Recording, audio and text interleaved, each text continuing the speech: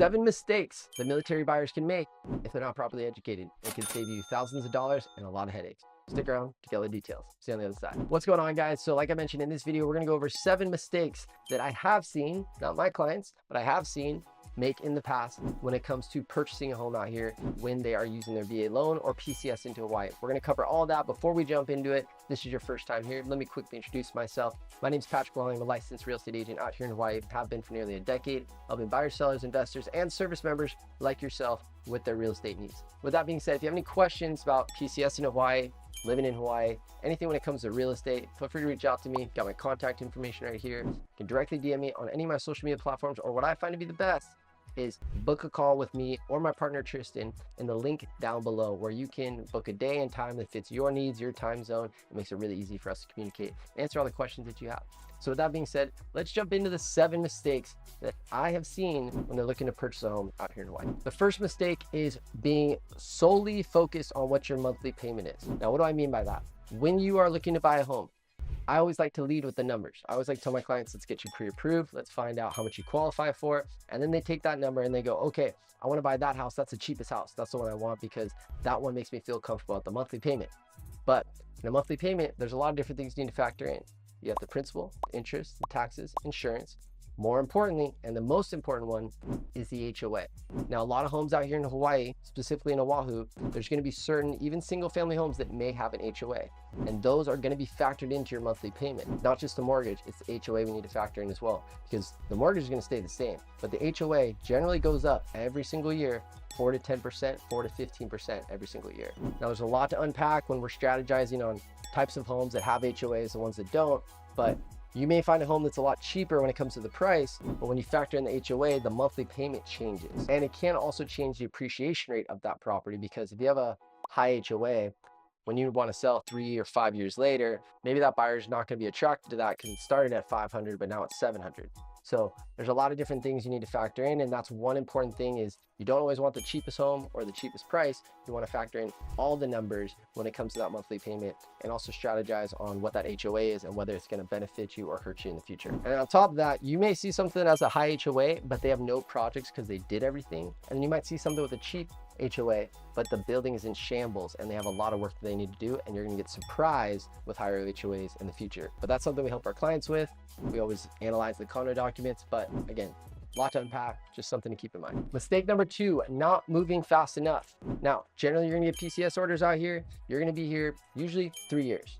Now, that's usually my cutoff for when I tell my clients if they should buy a home or not. Because a lot of times I tell clients, no, you shouldn't buy a home. You should just rent or live on base.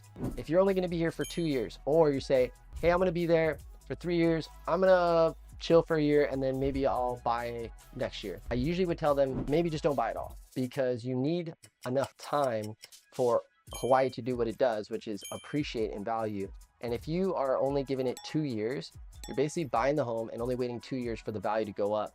But the truth of the matter is it costs money to sell your home. Usually you're gonna have to pay about 6.5% of the price of that home to actually sell it. So you can imagine if you had $1 million home and you bought it and you're like, okay, I'm gonna hold on it for 2 years, then I'm gonna sell it.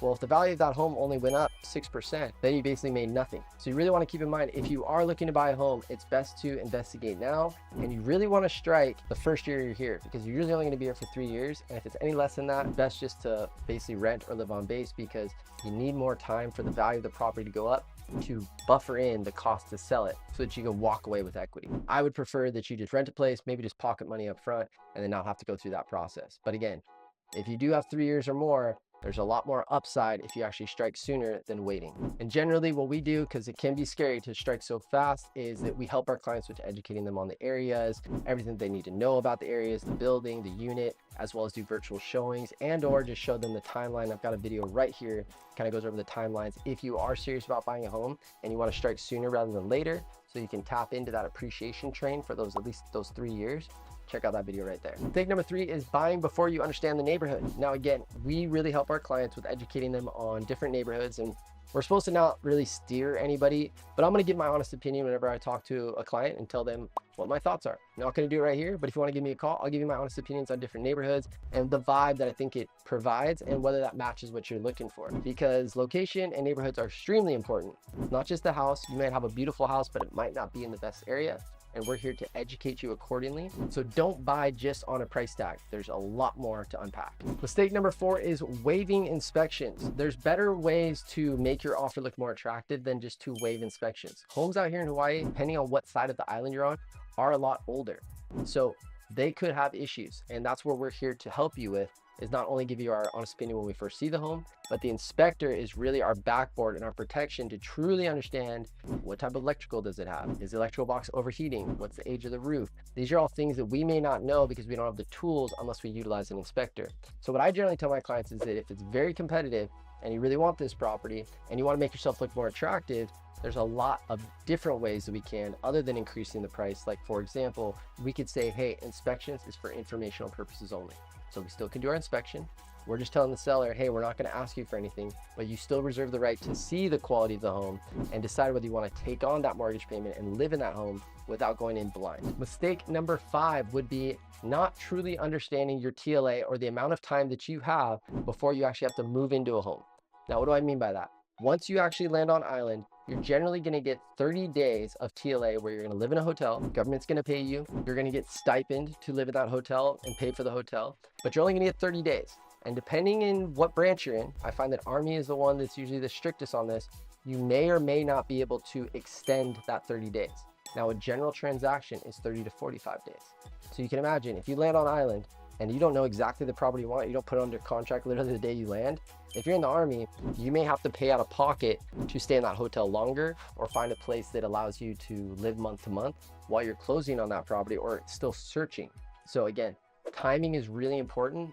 Reach out to us or check out the video right here that kind of goes over our strategies when it comes to timing, because you usually have a short window to make a decision on purchasing a home and one of the largest investments of your life. So you want to link up with somebody who's got your back, can give you their honest opinion about the neighborhoods, the quality of the home, set you up for success, because you do have to kind of hit the ground running when you do land on an island. Mistake number 6, again, going on timing, is waiting till you either got orders or, more importantly, are on island to decide whether you want to buy a home or not. Now, I've had clients literally land on island and within a week, we were hitting the ground running, got them approved, we looked at homes and we made a decision and they actually got the home. But that can be stressful. So if you are even thinking that you're going to be PCSed out here and it's on the top of your list, reach out to us.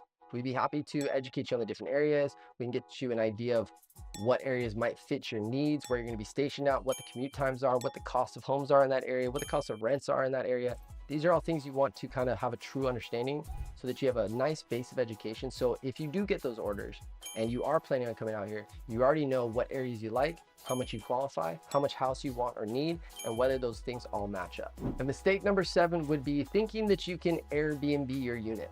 Out here in Hawaii, specifically in Oahu, Airbnb is very difficult. Now, I own a couple, so I understand the ins and outs. So if you have any questions about that, let me know. But with your VA loan, there's some weird rules and regulations. And one of them is that you're not allowed to have a front desk. So if you're buying a unit and it's VA approved and you're like, okay, I'm going to buy that unit, I'm going to Airbnb it when I leave. If it's got a front desk, you can't do it. And there's a lot of other stipulations. And I think I know of maybe 1, possibly 2 buildings that allow VA loans and Airbnbs, but they're very difficult to find. So you can't just buy any unit and Airbnb it. I've heard that a bazillion times. You can't do it. So just keep that in mind. So that's pretty much it. Those are just 7 off the top of my head mistakes that a lot of VA buyers make, at least when they're shopping for a home or when they're thinking about buying a home. So there's plenty of other ones out there. If you want to make sure that you don't make any of these mistakes or any other mistakes I didn't mention, feel free to reach out to me. Would love to explore your options. I got my contact information right here. You can directly DM me on any of my social media platforms, or again, what I find to be the best, because we're all in different time zones, is to book a call down below. There's a link in the description where you can link up with me or my teammate Tristan, where we can really explore your wants, needs, and if it's a good match for you to actually purchase a home out here and leverage that oh so sweet VA loan. So with that being said, I'm Patrick Longley with Team Rajadat. Hope you have a beautiful day. I'll talk to you soon. Aloha.